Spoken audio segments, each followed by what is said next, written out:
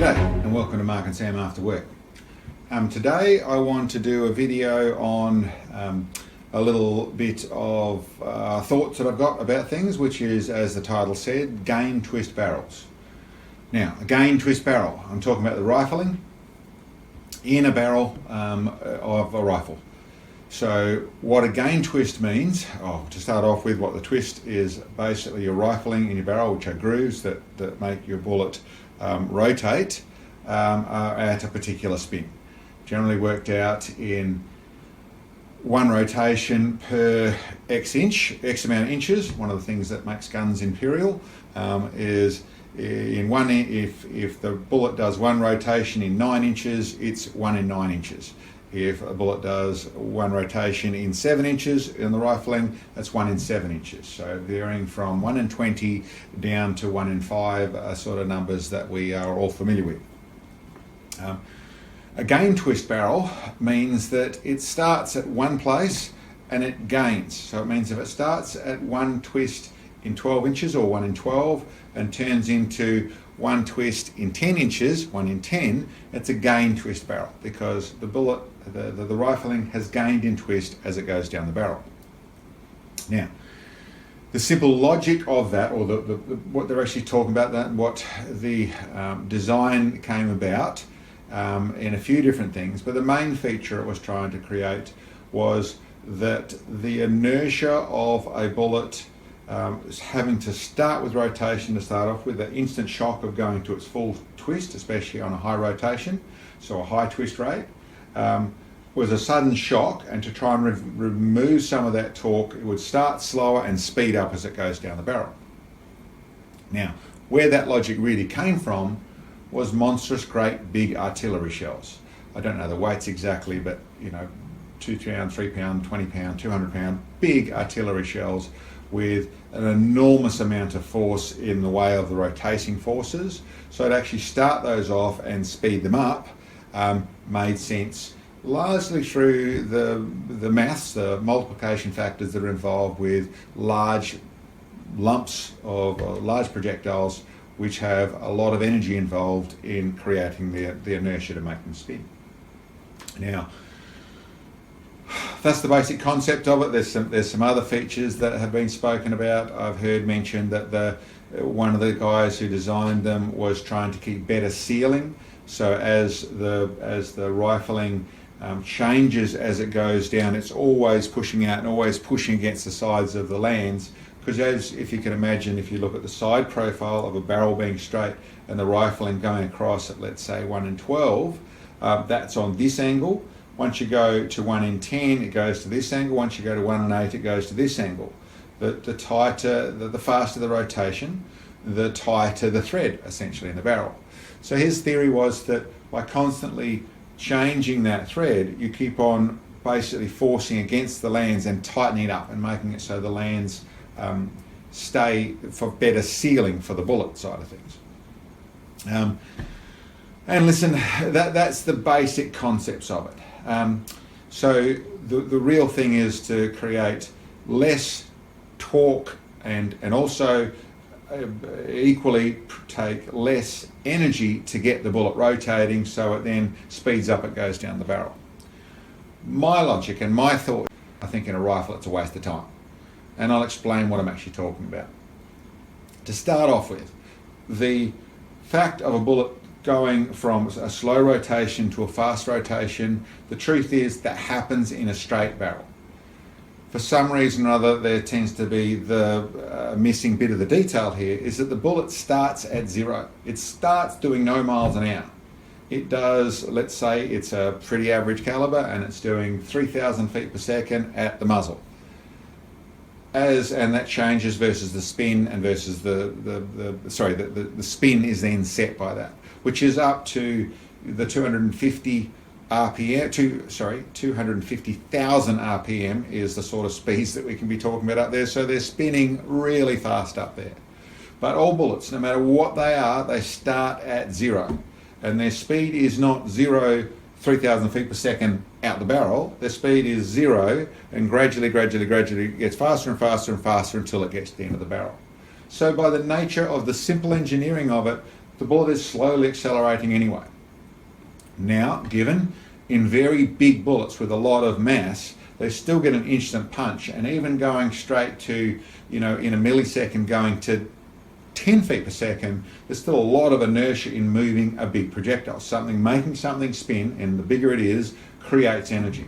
So that energy is not only in the way of torque in an opposite faction, so rocking the whole barrel or whatever it is because it's trying to stop doing that, but also that thread and pushing against that thread causes more force rather than just straight goes straight ahead. That it works on multiplication factors to where your inertia created and amplified by the weight of your bullet. So when you're talking about a 1 pound projectile versus a 20 pound projectile versus a 100 pound projectile, whatever the weight of this projectile is, massively increases the amount of force involved. When we're talking rifles, and we come back down to rifles where we have 300 grains, or let's go to really heavy with our 50 cal with a 50 BMG and go to 700 grain, there just isn't enough rotating forces involved in the fact that we already know the bullet's starting at 0 and accelerating up. Now, once you get into the bigger ones like a 50 BMG, maybe there is something in there. I'm not going to say that. What I would say is that in most places, certainly my experience comes with it, and I started with 425 grain solid bullets in a 33 inch 375, and I was running a gain twist barrel, which is the place where I got that barrel because it was purported to be a good deal and this is all going to work very well. I was running a pretty heavy bullet, and I was running a 12-to-1 to a 7.5-to-1, so a pretty big rate of change. There's some fundamental problems that I found with that pretty quickly. The main one that I have problems with in the I suppose the most profound problem we had was when we tried to run brass bullets. So that was running solid copper, didn't really see any fouling issues, although I had heard, and I do know, you can have more copper fouling because of course as you change your rate of twist, you're constantly working your copper versus a set twist. You tend to cut the grooves straight away and that's staining in the track. They're still staying in the same grooves. The grooves aren't changing at all. Of course, the spins get faster as it accelerates faster, all that sort of stuff, but largely your grooves are cut. In a gain twist, it's constantly opening and working those grooves up. That causes, in a situation of brass, my first notice and my real thought to make me stop and think about it thoroughly was I started to get a brass fouling in the last 2 inches to 3 inches, really 1.5 to 2 inches, the end of the barrel started to get fouled with brass. And caked with brass. And looking at it and analysing what was happening, the brake I was running at the time was an angle brake. It wasn't one of my ones, it was a direct angle straight off the actual main outlet shaft. And what I could see was actually happening was that the brass was actually getting shaved off the bullet as it didn't like. It's not malleable enough to go through that heavier gain twist. Little bits of brass coming out, hitting the brake and bouncing straight back down the barrel. So they were going back into the barrel. But I also found the brass bullets didn't stabilise properly. Once again, they didn't like the gain twist. And I shouldn't say stabilise. They weren't tumbling or rotating or anything like that. I just wasn't seeing a great pattern. But when I started to look at what was actually happening with the brass that was being spat out there, obviously we're having some issues.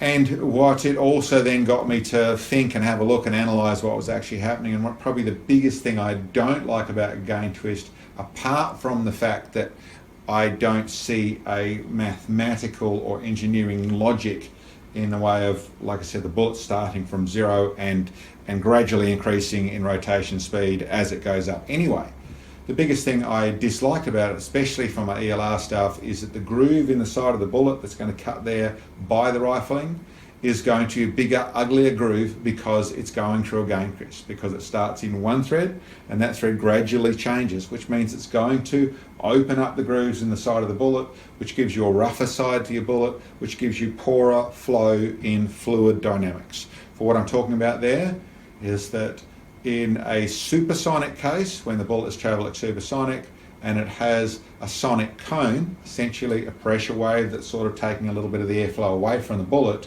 those roughness, drive bands and lots of stuff, don't affect things as much because the air is kept more off the bullet because of the sonic cone. Once you come back to subsonic flight, you don't have a sonic cone anymore, and you come back to what I refer to as fluid dynamics, which means then the bullet is traveling through the air with nothing protecting it.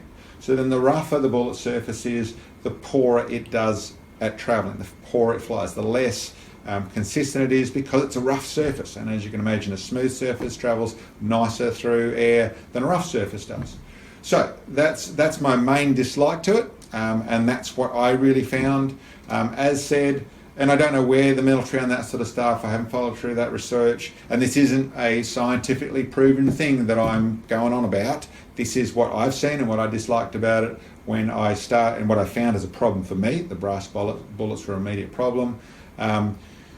When I came back to it, there's lots of other testing I could do, but when I came back to it, the fundamentals of it, in my engineering principles, the lack of the fight against inertia we're dealing with is not really there in any measurable sense for the amount of inertia that's involved with the fact the bullet is starting from zero and accelerating in it anyway.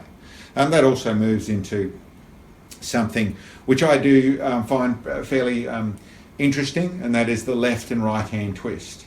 For those who don't realise it, back when they used to make a lot of, when rifling was very new and they made rifling custom for rifles, so they would rifle them to do this rather than mass producing barrels and that sort of thing, then there used to be, and I couldn't say it's for gospel, but certainly what I've heard and what I've read about, is they would have a left hand twist rifling for a right hand shooter, and they'd have a right hand twist shooting barrel for a left hand shooter.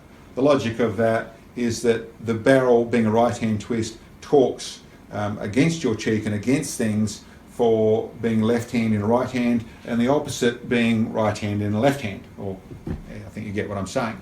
But what it really came down to is the way they did it in the very custom things. I think that was Holland and Holland, I don't know, but that's custom barrel makers of a long time ago. It used to be that way around. For some reason or other, and I'm not sure what the logic to that was, is that the manufacturers, when they picked it up and started to go, they went with right hand twist, even though obviously the large majority of people are right-handed, which would suggest, through the old logic, that we should really be buying left-hand twist barrels. I know some manufacturers do that. I know it's something that does happen. In truth, from what I've seen in a well-set-up platform, it isn't an issue. It isn't something to be concerned with. But there is a logic, especially for a more active rifle, for doing more, that there is a logic that does make sense of how a rifle works off a human, this big squishy bit, that actually having that left hand for a right hand shooter does make some sense. I haven't done any testing there, just an interesting thing I thought I'd put into that equation. Anyway, my overall on it is there may be some subtle differences I don't know about, but from what I've seen, the gain twist barrel is not worth anything in my way of looking at it. And from what I've done, the testing I've done, I've come back to straight twists. I would also say that I tend to be a guy who would recommend a lesser twist rather than more. So once you start pushing really heavy bullets in small calibers, then you start to fight this little game of pushing things and needing more twist. For sure, there's issues there. I still find that all of these bullets start from nothing and increase in speed as they go up there. So whatever twist they are, they're going to go through that same acceleration process. Not until you're running very large, and I'm not talking rifles, I'm not talking shoulder-held things, I'm talking very large thing in the world of cannons and artillery and things like that, do I see any mechanical, engineering, mathematical advantages to a gain twist barrel. Anyway guys, I hope that wasn't too mind-numbing. That was just my thoughts on it. I get asked the question a fair bit, so I thought I'd put a video together on it. Hope you enjoyed. Catch you next time.